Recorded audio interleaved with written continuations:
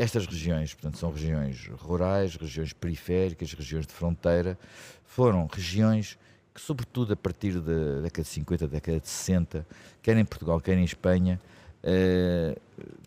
verificou-se que eram regiões que tinham muita dificuldade em desenvolver-se do ponto de vista económico e que perderam população muito depressa, não é? Portanto, só para teres uma ideia, no censo de 1960 habitavam aqui em Idenha e Idenha a Nova 30.418 pessoas.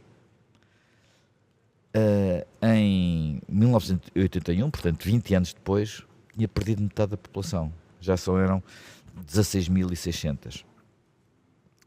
Ou melhor, sim, 16.100. E voltaram, nos últimos 40 anos, de 1981 para cá, voltou a perder metade da população.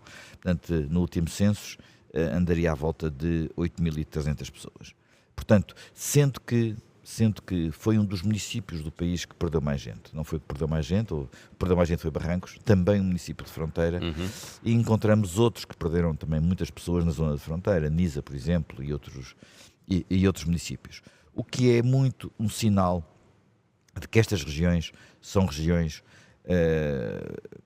enfim, Portugal e Espanha tiveram muitas décadas, no mínimo, de costas voltadas, para não dizer que tiveram séculos, por razões que têm a ver com a nossa história, com a nossa independência e com tudo o que se passou, e estas regiões foram muito prejudicadas nesse período. Eu estava a pensar nisso e fui repescar um livro que li há muitos anos, tinha lido há muitos anos. Eu tenho aqui a edição original, que é em espanhol. Há uma tradução portuguesa de Afrontamento, salvo erro, que é A Raia de Portugal, a Fronteira do Subdesenvolvimento. Este livro foi escrito em 1972, portanto estamos a falar há 52 anos, portanto ainda foi escrito antes do 25 de Abril. Foi escrito por dois jornalistas espanhóis, portanto num diário que já desapareceu, chamado Informaciones. E o que é que eles fizeram? Eles andaram por aqui.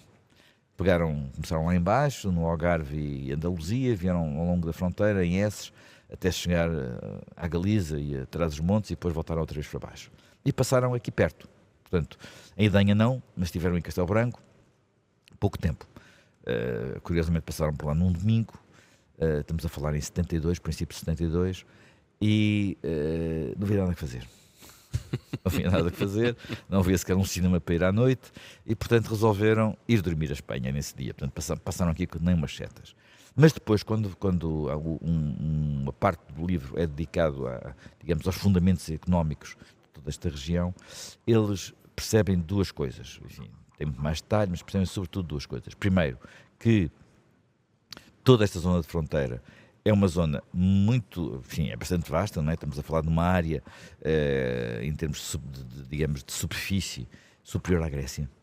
O dobro também da Dinamarca, portanto, toda esta zona de fronteira, que vai de norte a sul de Portugal, mas que era, na altura, a mais pobre da península. Sendo que a metade portuguesa era bastante mais pobre que a metade espanhola. Eu, aliás, tive curiosidade, porque eles, enfim, depois de passarem aqui por Idenha, vão a um sítio mítico de Espanha e do subdesenvolvimento espanhol, que é uma zona que fica já do outro lado, não é? É uma zona montanhosa, que é Las Urdes. Essa região é muito conhecida, entre outras razões, sim. Primeiro porque foi visitada por um rei de Espanha, Afonso VII, salvo erro, Afonso VIII, já não sei qual é o Afonso. Afonso, talvez, não, eu julgo que o número 7 é Afonso XIII. Eles em Espanha têm muitos Afonsos. No princípio do século passado, uma visita acompanhada por alguns jornalistas, e que foi um choque. Era considerada a região mais pobre e mais periférica de Espanha nessa altura. Eles voltam e depois, ali no final da década de 20, 29, 30, um grande cineasta, o Buñuel, vai lá fazer uma reportagem. Eu tinha visto esse filme mais ou menos na altura em que este livro saiu, há 50 anos, era adolescente, e foi um choque ver aquele filme. Nunca mais o tinha visto e fui revê-lo. E de facto mostram uma parte da península, enfim, já não seria exatamente assim, porque é um filme dos anos 30, não é? 29, 30, já não seria exatamente assim, mas era uma brutalidade. Se bem que eu, olhando para muitas daquelas imagens, muitas vezes estava a ver aquilo e dizia assim, há aqui coisas que eu vi em Portugal muito parecidas, ou porventura quase iguais.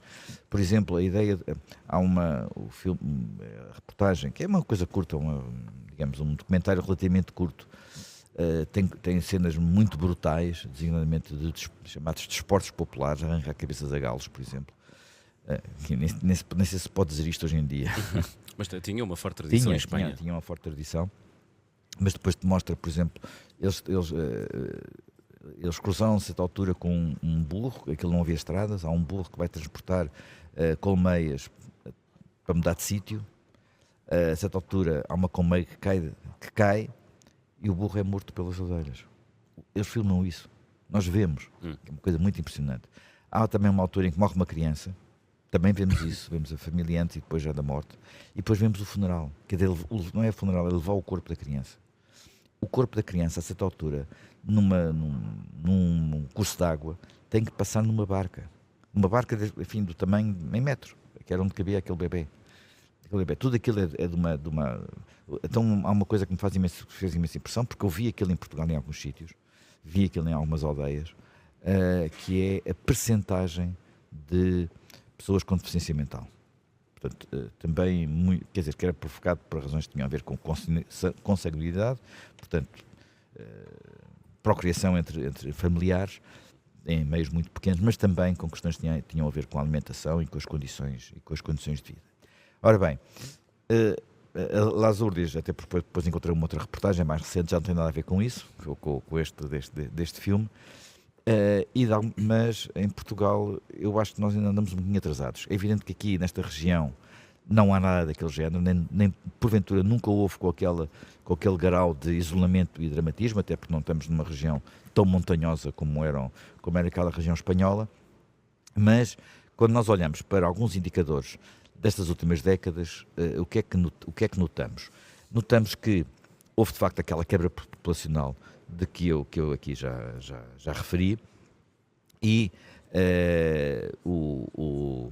essa quebra não acabou na última década, portanto estamos a falar em intervalo entre censos, 2011 e 2021, portanto são dados mais fiáveis do que as estimativas que o INE vai fazendo, mas houve pelo menos alguma coisa que parou na última década, que foi o envelhecimento relativo desta população.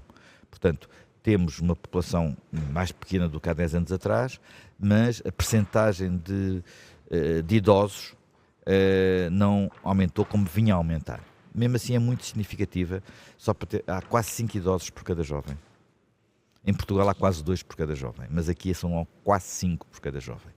Portanto, e basta andar por aí, ir a estas povoações onde fomos ontem, para ter uma noção muito clara desta realidade. E às vezes nós interrogamos o que é que pode ser feito. O tecido empresarial, e não tenho dados muito recentes, os dados mais recentes que encontrei já têm mais de 10 anos, mas imagino que não tenham mudado muito. Estamos numa zona onde os problemas do tecido empresarial português são levados ao limite. Estamos a falar de uma zona onde... Portanto, o que já é difícil no resto do país, aqui torna-se ainda mais difícil. Mais difícil, estamos a falar de 98% de empresas com menos de 10 pessoas. A esmagadora maioria das empresas são empresas em nome individual. Portanto, é um tecido onde não há nada com dimensão. Quer dizer, eu não sei se aqui não consigo ter esse dado, imagino que provavelmente o maior empregador é a Câmara Municipal, isso acontece em muitas zonas do interior e periféricas, portanto não há aqui muita surpresa, e devo dizer que do ponto de vista até de tentar acudir a este ciclo, que de alguma forma é um ciclo negativo, tem havido algum esforço de investimento público. Tenho que reconhecer isso, não é? Por exemplo, para dar apenas um indicador, enfim, é um indicador como outros. Os dados aqui são de 2019, portanto são mais recentes, são da Pordata. As despesas por habitante, per capita, do município de Idenha em 2019, hoje devem ser um pouco superiores, não é? Eram 2.200 euros por habitante, por ano, não é? As despesas médias no país eram 780, isto é, aqui são quase 3 vezes mais. São quase 3 vezes mais. Se eu comparar isto, por exemplo, com o concelho em que eu vivo, que é Sintra, são 6 vezes mais. No concelho em que eu vivo são 400 euros por habitante. Eram, neste ano, 400 euros por habitante. Isto significa que há transferência de recursos e que há um esforço, designadamente dos poderes públicos locais, de encontrar, às vezes, até mais recursos do que aqueles que vêm diretamente dessa transferência, através da capacidade de se candidatar de forma eficaz aos fundos europeus, e desse ponto de vista tem havido, indiscutivelmente, muitos projetos aqui no município, de que este é, sem dúvida, um exemplo. Esta feira onde nós estamos, este congresso onde estamos, esta aposta também numa economia agrícola, porque aqui basicamente isto vive muito a agricultura, é preciso não ter ilusões, não é? Isto vive muito a agricultura e pode, e aí talvez devo dizer, daquilo que eu pude observar ontem, que, como disse, nem chega a ser um retrato, do ponto de vista de um instantâneo daquelas coisas. É uma impressão. Um Instagram, nem chega a ser um Instagram, digamos assim, é apenas uma coisa muito superficial. Sim. Aquilo que eu estava à espera de encontrar naqueles dois locais, que estamos no final de julho, últimos dias de julho, era mais turistas do que encontrei. Quer dizer, as pessoas ficam muito horrorizadas e amanhã, no Contracorrente amanhã, vamos estar a discutir turismo e excessos de turismo. Mas o turismo, em algumas Portanto, destas... poucas pessoas em Danha Velha e também E poucas pessoas em Danha Velha e poucas pessoas em Monsanto. Bem, em Danha Velha praticamente ninguém, não é? Sim. Portanto, e em Monsanto também poucas, até porque Monsanto, imaginava eu, se calhar na minha ingenuidade, que o facto de ter sido palco Da rodagem de uma série? Da rodagem da série Casa do Dragão. Casa do Dragão, portanto, a prequela do Game of Thrones, e de facto são imagens, algumas delas muito, muito impressionantes, e um testemunho, e também se encontram reportagens sobre isso aí que se nós procurarmos. Estava à espera, às vezes esses fenómenos geram uma atenção que quer dizer, pode ser que venha a gerar ainda, eu creio que algumas dessas imagens não foram ainda traduzidas, melhor, emitidas, portanto, imagino que essas coisas ainda possam mudar, mas eu lembro-me, por exemplo, uma vez ter ido, uma vez em Paris,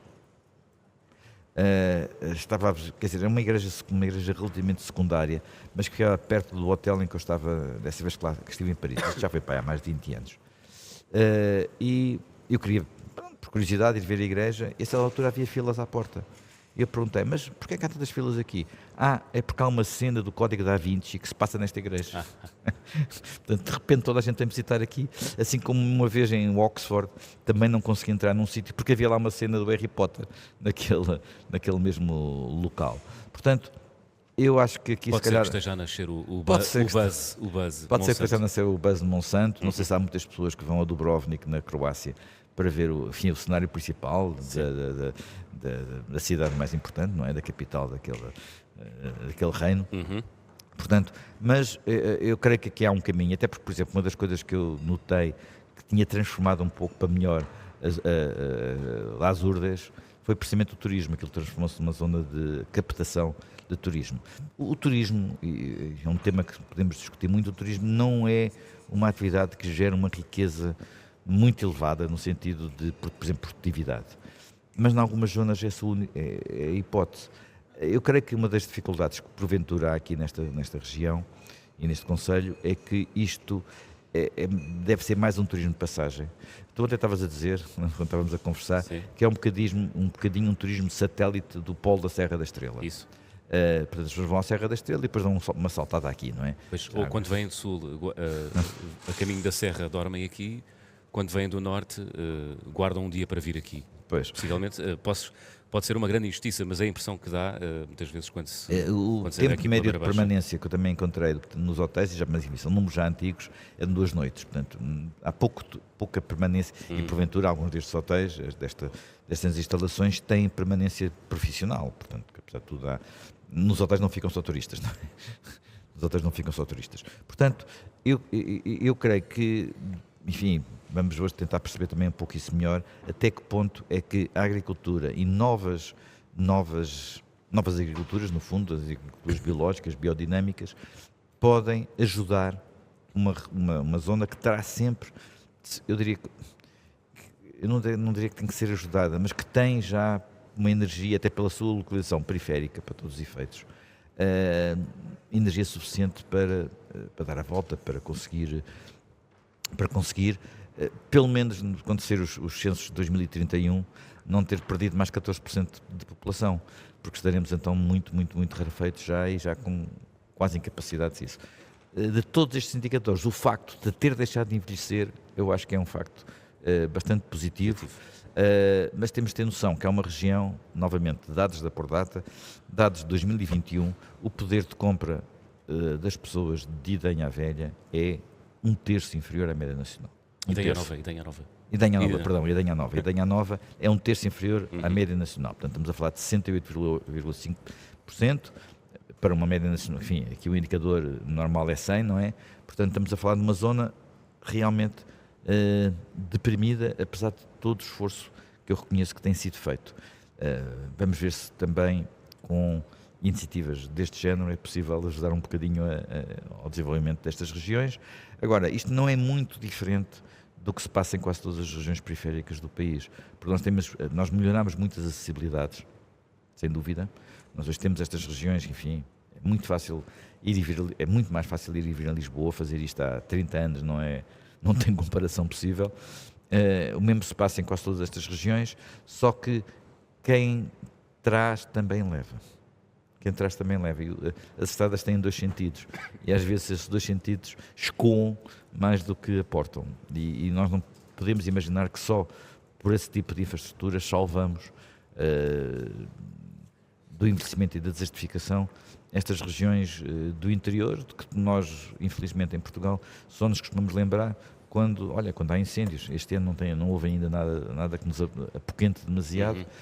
Esta região também não é uma região que tenha, não tem umidade suficiente para ter zonas de incêndio, um crescimento das matas, como tem aquela região centro do país, onde há um casamento entre a umidade de inverno e muito calor de verão. Aqui há menos essa umidade, portanto há razões fisiográficas diferentes, distintas, mas não podemos achar que apenas investindo um pouco mais do que a média, como acontece aqui, quer dizer, não é um pouco mais, é quase 3 vezes a média do país, no caso da autarquia local, e que a autarquia só por si pode resolver todos os problemas.